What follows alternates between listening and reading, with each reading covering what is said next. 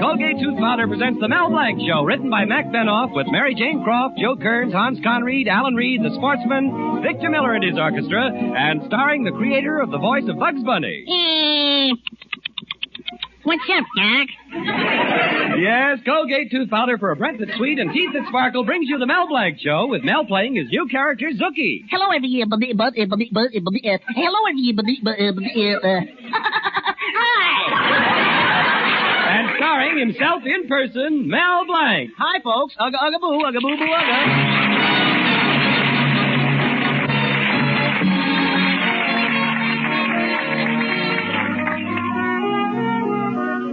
Well, here it is, the first day of April, All Fool's Day. All over the country, people of dignity drop their cloak of respectability and declare open season for silliness. And the people in Mel Blanc's little town are no exception, especially Mel Blanc himself. Anyway, let's sneak into his fix-it shop and listen. Shh, he's on the phone. Is that you, Henry? I have a phone call for you from Dr. Rooster. Just a minute, I'll put him on.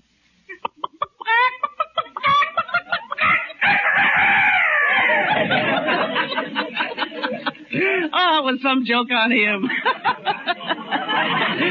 Yeah, now let's see who'll I call. I'll get another name out of the phone directory. Mrs. Raines, Mrs. Robinson, Mrs. Roy. Mrs. Roy, that's a good one.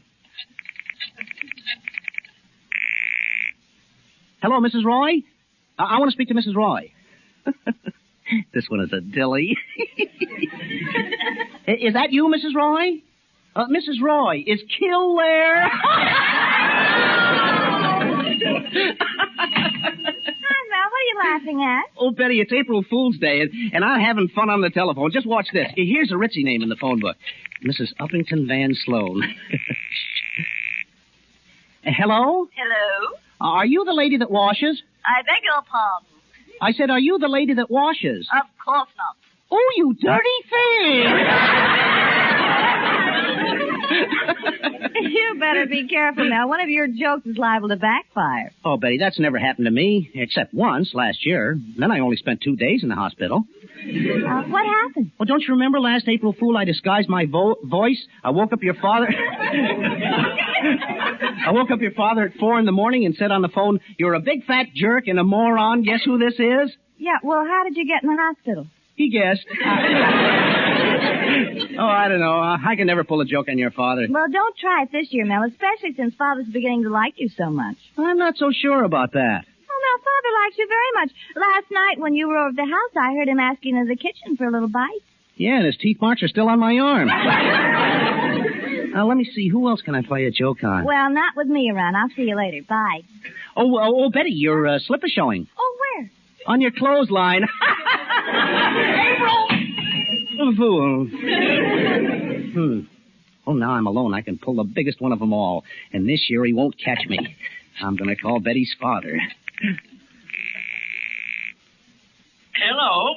Oh, London calling. Mr. Colby. London? Yes, this is Mr. Colby. This is Smythe Twombly, the lawyer, calling. Mr. Colby, it is my duty to inform you that your uncle, Sir Percival Colby, has just been buried. Buried? Had to. Dead, you know. Well, but I haven't got an Uncle Percival. And furthermore, he left you his entire fortune. Oh, yes, dear Uncle Percy, yes. Oh. How much did he leave? Well, it's a matter of £2 million, 30 guineas, 5 shillings, 2 pence, and a jacket. We'll mail you the check in a fortnight. A fortnight? In fact, we'll send the check airmail. It may take only 3 nights. Well, cheerio. Oh, I'm rich. What a terrific rib. Oh, gee. I forgot to say April Fool. Hey, what if he takes me seriously? Oh, no, he couldn't be that stupid. Hello, Mel. Well, Professor Potchnick, my favorite music teacher. Have I been having fun today? Why all of a sudden today? Well, don't you know it's April the 1st? All Fool's Day. Oh, pardon me. Happy birthday, Mel. Professor, don't you get it? April Fool is when you play jokes on people. Oh, please, don't remind me. Last year I played a joke on my wife, Sonia. I made believe I was out of town. I called up the house and I said, "Hello, Sonia, this is Joe. Your husband's out of town. This is my chance. Joe needs you. Joe wants to come right over." Was I embarrassed? Well, how come? Joe answered the phone. So I divorced her and she married Joe. And this poor Joe got troubles. Why? Now when he's calling up, I'm answering the phone. Say, are you going to get married again, Professor? Yes, but with someone in my own profession. Here is an ad I'm putting in the Musical Digest. Male piano teacher wants to marry female piano teacher. Object, baby grand.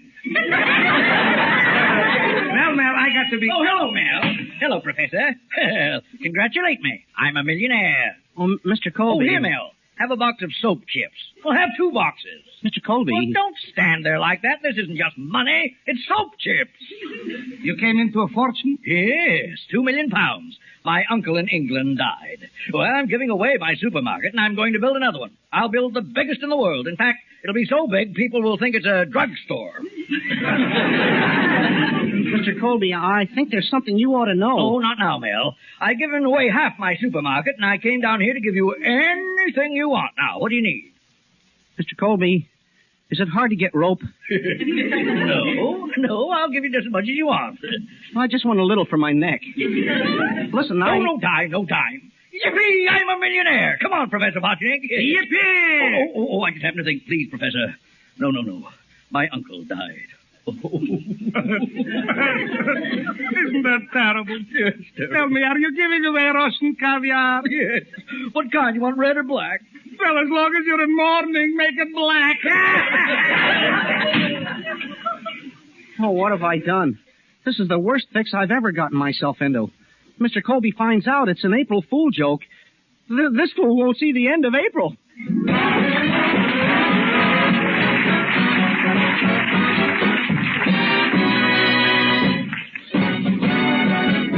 Use Colgate tooth powder, keep smiling just right. Use it each morning and use it each night. It cleans your teeth, makes breath so sweet. Use Colgate tooth powder. Want teeth that sparkle and dazzle, a breath that's fresh and sweet? Then try Colgate tooth powder, for the new all-purpose Colgate tooth powder cleans your teeth and sweetens your breath. Yes, this new all-purpose tooth powder produces an amazingly rich, active foam that's marvelously effective. Every time you brush your teeth with this new all-purpose Colgate tooth powder, your whole mouth feels clean, sweet, fresh. Your teeth regain their natural sparkle. It's been proved in 7 cases out of 10 that Colgate tooth powder instantly stops unpleasing breath that originates in the mouth. And as for cleaning, you can depend on Colgate tooth powder revealing the natural brilliance of your teeth. Yes, Colgate tooth powder, the new all-purpose tooth powder, does everything you could expect or ask of a dentifrice. Try Colgate tooth powder today for teeth that sparkle and a breath that's sweet. Use Colgate tooth powder. And now, Victor Miller, the sportsman, and you can't see the sun when you're crying.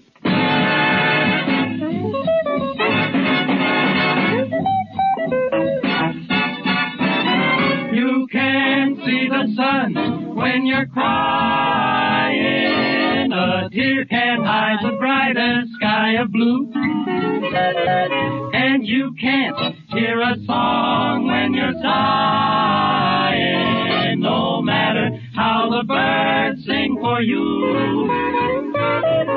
Suppose you made believe your eyes were Cloudy window panes, I'm sure you'd clean 'em up to look for rainbows when it rains. 'Cause you can't see the sun when you're crying.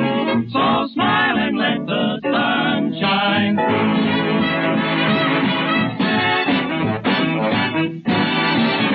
Oh, dry those tears, 'cause you can't see the sun when you're crying.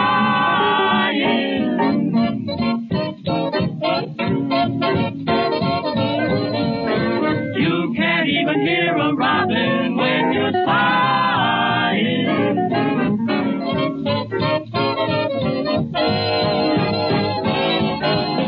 Just supposing you made the believe your eyes were cloudy window panes. You'd clean 'em up to see rainbows when it rains. 'Cause you can't see the sun when you're crying. So smile and let the sun, smile and let the sun shine through.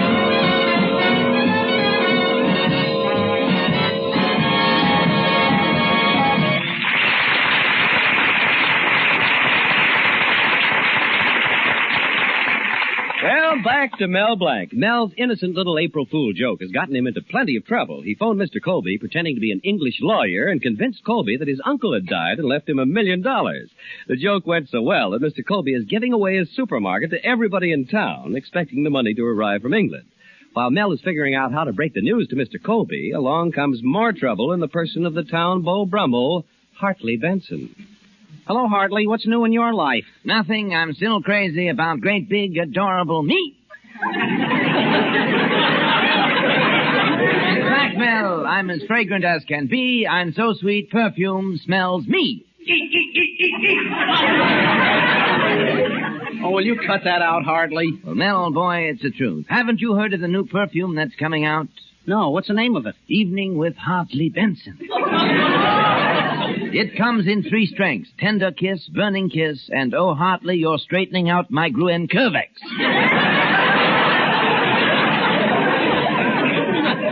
I received the first test bottle of it just last week. Well, how was it? Well, I sprayed myself with half the bottle because I had a date with a gorgeous, glamorous blonde.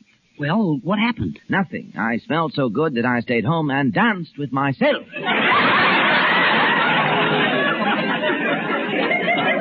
I tell you, Mel, I was the loveliest couple on the floor. Look, Hartley, let me alone. I've got enough trouble. In that case, I shall be off. I'm such a lovely thing, I'm giving myself an engagement ring. Goodbye, Mel. Nice seeing me.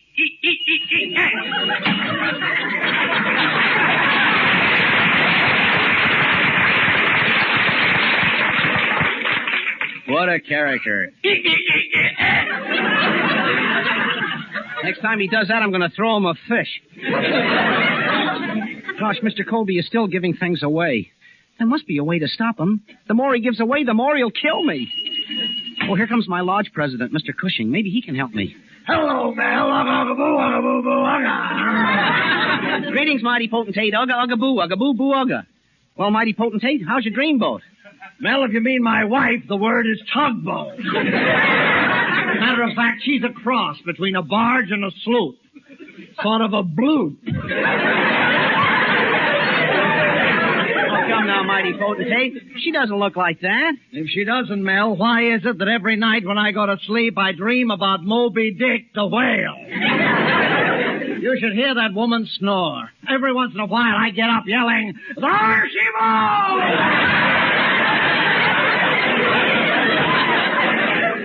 Mel, you should see her open her mouth when she snores. Jonah could walk in standing up. What a woman. You sound pretty disgusted, mighty potentate. Well, the other day I was cooking. I could hear my wife nagging, "Salt the potatoes, clean the lettuce, watch the biscuits." Then my wife came into the kitchen. She lit the burners, opened the door, and said, "Oh, John, put the turkey in the oven." Gad, what a temptation.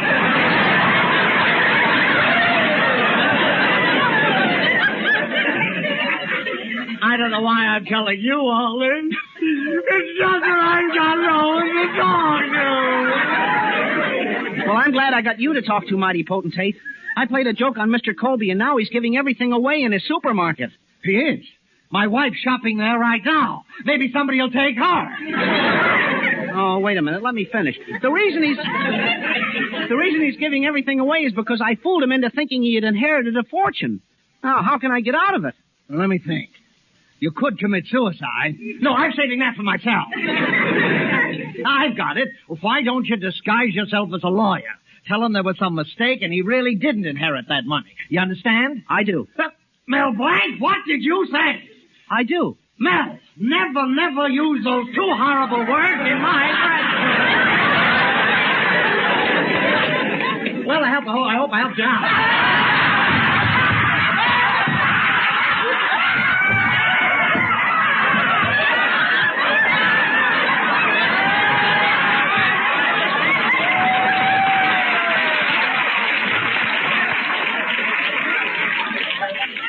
Well, I guess it's high time I better be going now. Yep, it's high time, and thanks for the idea. Say, where you going now, mighty potentate? Well, Mel, I can do one or two things. I can go to the movies and see 2 years before the mass, or I can go home and look at 20 years behind the 8 ball. So long,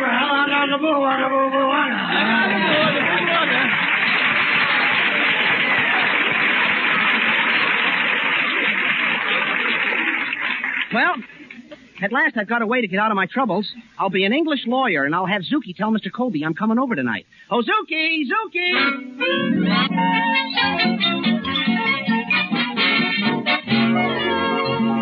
And you actually saw the lawyer arriving in town, Zookie? Yeah, Mr. Colby. He came in by airplane.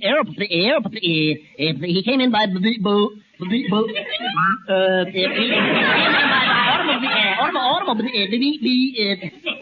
He came in under a freight car. Oh, that's a funny one.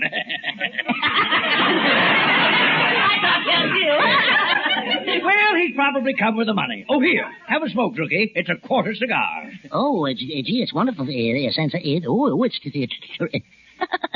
smoked the other 3 quarters? Oh, here, I'll light it for you.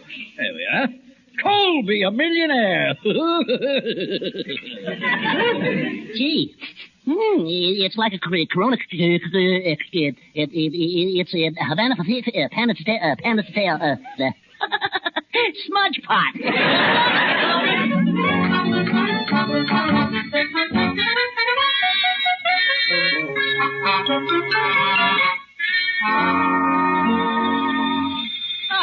That's probably the lawyer now. I'll answer the door.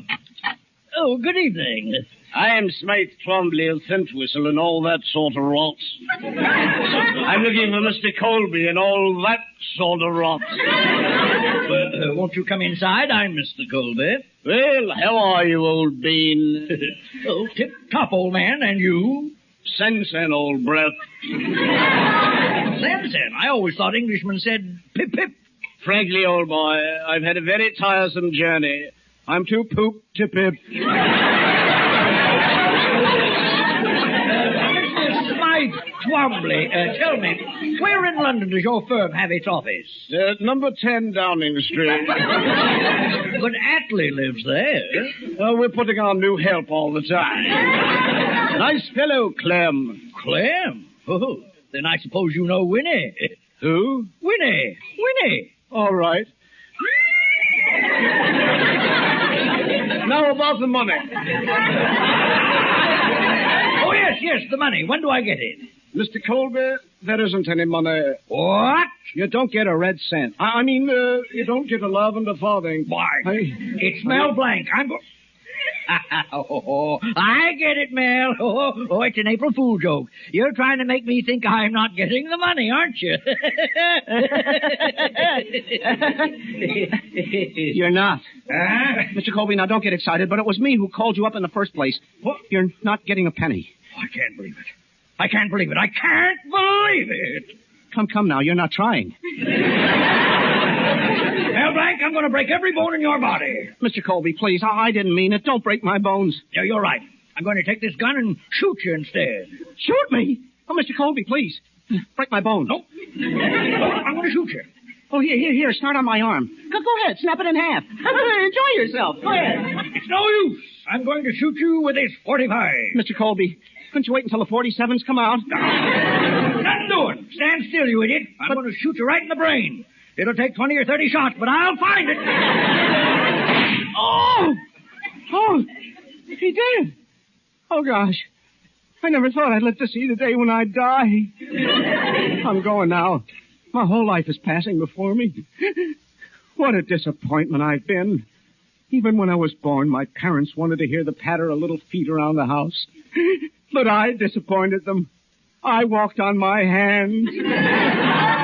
I remember how my mother used to count my toes.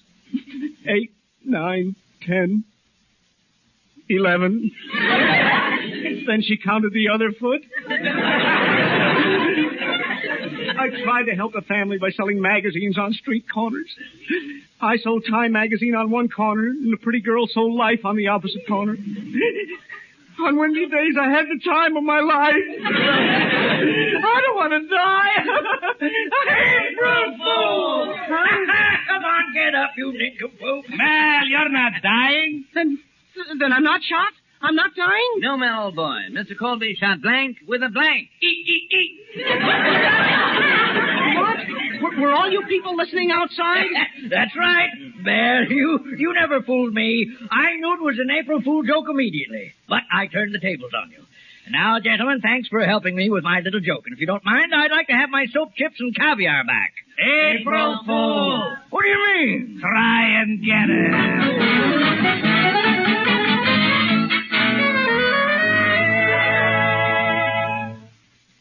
Mel, how long do you think you'll be able to hide out in your fix-it shop? Until your father calms down, Betty. Gosh, what a day this has been. Oh, somebody wants me to fix something. I'll answer the phone, Betty. Hello, Mel's Fix-It Shop. If it's on the blank, bring it to blank. Is this Mel Blanc himself? Yes? Congratulations, Mr. Blanc. This is the Tub of Diamonds radio program. You've just won a 1947 packet and $10,000 in cash. Well, Mr. Blanc, what do you say to that? Shut up.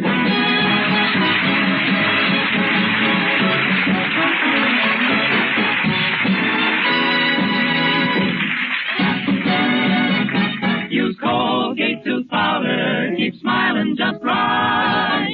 Use it each morning and use it each night. It cleans your teeth, makes breath so sweet. Use Colgate tooth powder. Fresh and lively and very pleasant to taste is Colgate tooth powder, the all-purpose tooth powder. As soon as the brush touches your teeth, Colgate tooth powder makes rich, active foam that cleans and freshens every corner of your mouth. Makes your breath sweeter. Yes, indeed. In 7 cases out of 10, it's been proved that Colgate tooth powder instantly stops unpleasing breath that originates in the mouth. And oh, what a wonderful cleansing job Colgate tooth powder does. Leaves your teeth with that pearly smooth feeling, reveals their natural brilliance. So for teeth that sparkle and a breath that's sweet, try Colgate tooth powder, the all-purpose tooth powder. Use Colgate tooth powder.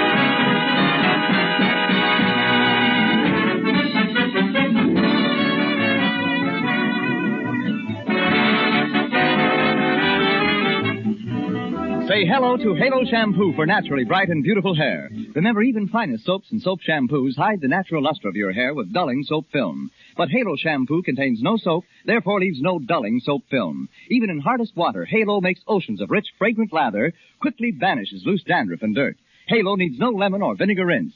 Say hello to Halo and goodbye to dulling soap film. Get Halo Shampoo at any cosmetic counter.